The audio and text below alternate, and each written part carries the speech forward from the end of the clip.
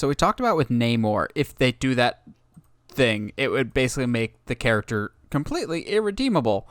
Speaking of which, we're getting a Don't Breathe 2 with a completely irredeemable character to me. I don't care what you say. Oh, I agree. Don't get me wrong.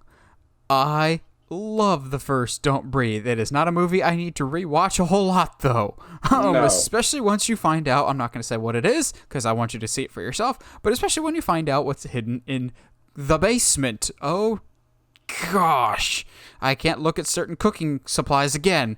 I love the first Don't Breathe. I love Fede Alvarez. Yeah. All I need to say is Evil Dead remake.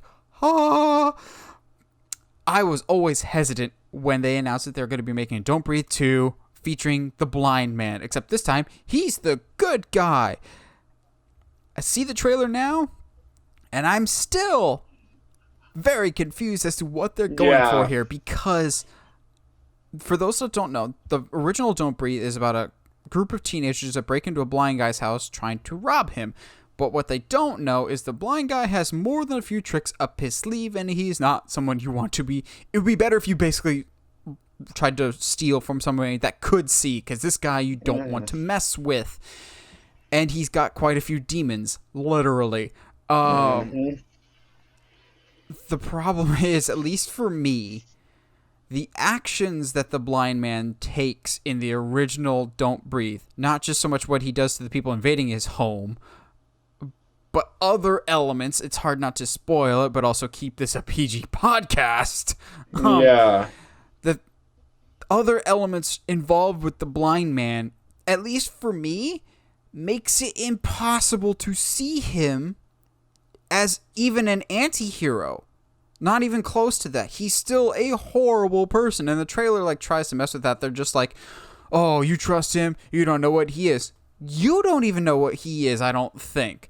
And they're just like, well, he's got a dog, so that should make him good. He's looking after this little girl. I'm like, yes, but we all remember what happened in the first one. That is inexcusable. That's disgusting. That's, no. You're not even an anti-hero. That's a horrible person.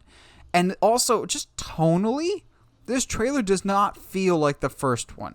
It feels like we've gone from Taken to Taken 2 or Taken 3. It is very, very abundant that Fede Alvarez is not directing this one.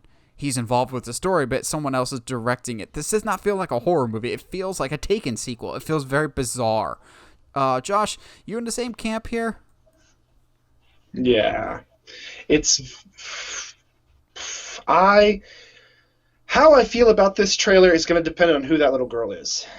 Because if that's his daughter and from way back in the day and this turns out to be a prequel, I can give it a little bit more grace.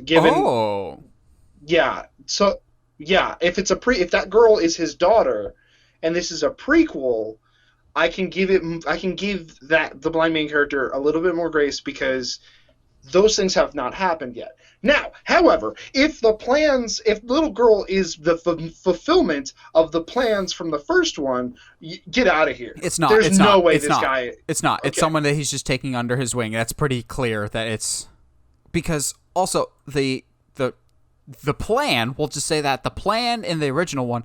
I don't think that girl survived. I thought she died. Who says remember? It's her? Who says it's her? Who says he just doesn't get somebody else involved in the accident? That's my problem here is that depending on who that little girl is and when this story takes place, prequel, I can deal with it. Fine. Not really something I think needs to happen, but fine. Sure. If it's a sequel, all of those events have happened and he's still a terrible person and you're just going to give him a girl to take care of?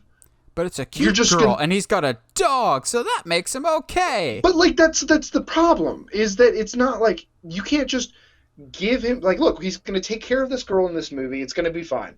But the first movie still happens, so you can't just make him into John Wick. That's not how this is going to work. And I think some people try and use the John Wick defense of John Wick did horrible things, not to the extent that the Blind Man did. Blind Man did was going to do very, very bad things. John Wick was a hitman for hire, basically, in a different realm, but still also had a code of ethics. There are even lines that even John Wick will not cross. The blind man seems to have no moral questions, which could be interesting for a character, but I think if we hadn't had the first one, I would be much more interested in this one of going, oh, cool, a really, really tough blind guy who's basically a threat.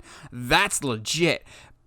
But I can't shake the first one out of my brain. Had we never ventured to the basement to find out what was in the basement in the first Don't Breathe, and it was just teenagers breaking into a guy's house and get in over their head, then I think I would be much more okay with this movie.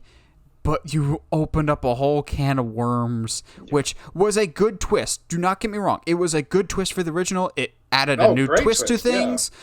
But it also complicates more the character of the blind man of everyone's in this gray area. His is leaning more towards just straight, you're a sociopath.